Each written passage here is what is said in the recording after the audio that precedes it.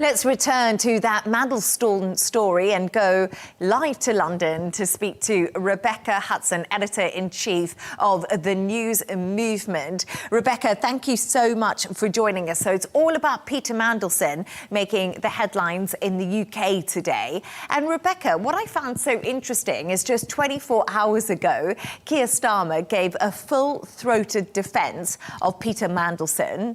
What changed and so quickly?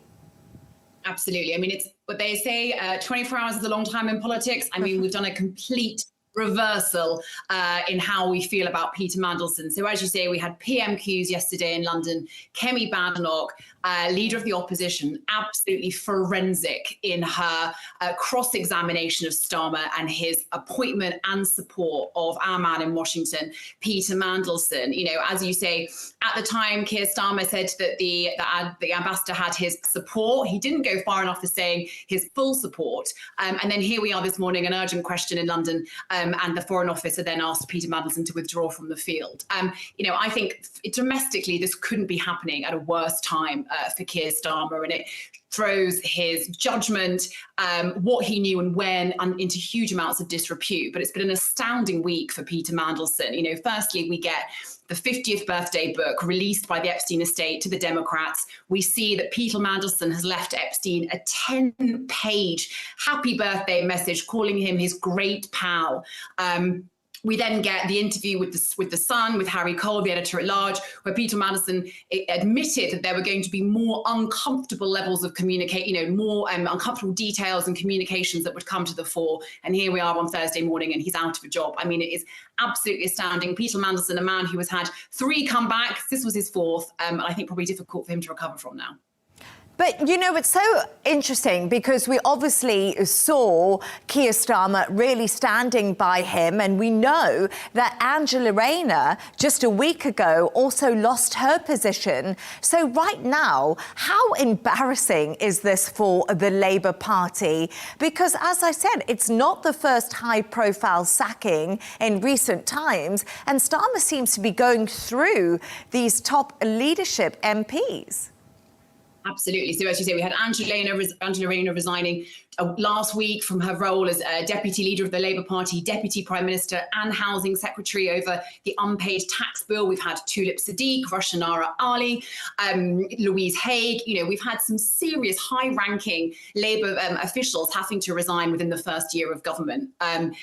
Could not have happened at a worse time for Starmer. As you guys will know, you know, the Reform Party here is topping the polls. Keir Starmer's favourability and that of the Labour government is, you know, the polling is in the floor for them. They came back in September after recess. They had a new plan for renewal. This was the, you know, year 2 of their government. It was all about delivery. And instead, they have been kind of bombarded by bad news and headlines. And I think, as you say, this really does call Keir Starmer's judgment into question. You know, the appointment of Angela Rayner, standing by her, waiting until the Ethics and Standards Commissioner ruled that she'd broken the rules, and then getting rid of her, and then the initial support for Mandelson, and then what we saw this morning. You know, the government is in turmoil, and it's at a time when Starmer really needed to be showing a kind of show of stability and strength as they try and get those poll ratings back to where they need to be. And I think, Rebecca, we can see that all the parties in the UK have actually condemned the situation that's happening within Labour, and Keir Starmer standing by Mandelson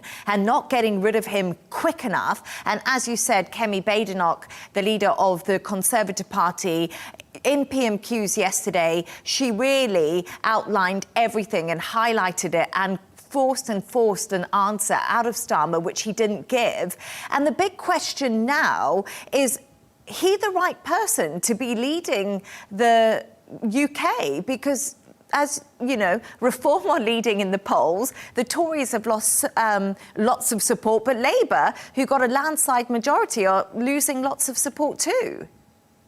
Yeah, absolutely. I think it's a really, really valid question. And I'm sure there are a lot of people on those Labour backbenches, and maybe even closer to Keir Starmer than he'd like to admit, who are thinking the same thing. You know, there's one thing about presenting yourself in this kind of managerial way. We had the campaign, you know, their campaign election, the 2024 campaign was all around kind of restoring integrity, dignity, standards to public office after the 14 years of Conservative rule. They've been in power for just over a year, and they've, you know, you would make the case that, you know, exactly the same level of kind of scandals and wrongdoing have marred the Labour Party. And you think, you know, potentially is Keir Starmer the man to do this? And I think even if he maybe technocratically is a very thorough leader, his ability to communicate with the British public and reassure us that he's the guy for the job, that he is capable of making the right decisions, and that the team around him are the right people, I think is definitely up for question. We're going into Labour Party conference in a few weeks in Liverpool. You know, there'll be lots of meetings, lots of, you know, secret coffees and late night drinks, where I'm sure there'll be some people plotting, you know, who could be the next leader of the Labour Party and whether that's Starmer or not.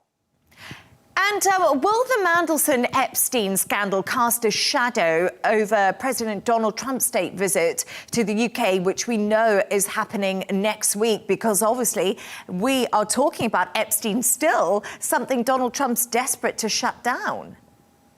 Yeah, absolutely. I mean, it feels hard to imagine that we won't be talking about this. You know, firstly, this the second state visit from Trump is completely unprecedented. It's historic. It shows how seriously Starmer was taking rebuilding that special relationship with America, you know, building good relationships with Trump. We knew how important it was. He expended a huge amount of political capital in the way that he managed Donald Trump in their early meetings, going to this effort to have the state meeting, because we really need America on side. You know, it's a busy time for NATO. We've got the conflict in the Middle East. We've also got, you know, Russia incurring into Polish airspace with their drone strikes earlier this week. You know, that solid relationship between the UK and the US is really, really important. And we know that the Epstein issue isn't going away for Trump, and it's one that he really doesn't want to acknowledge, and he wants to keep it far away from him. And so this feels like a real mess that couldn't be happening at a worse time for Starmer or for Trump, arguably.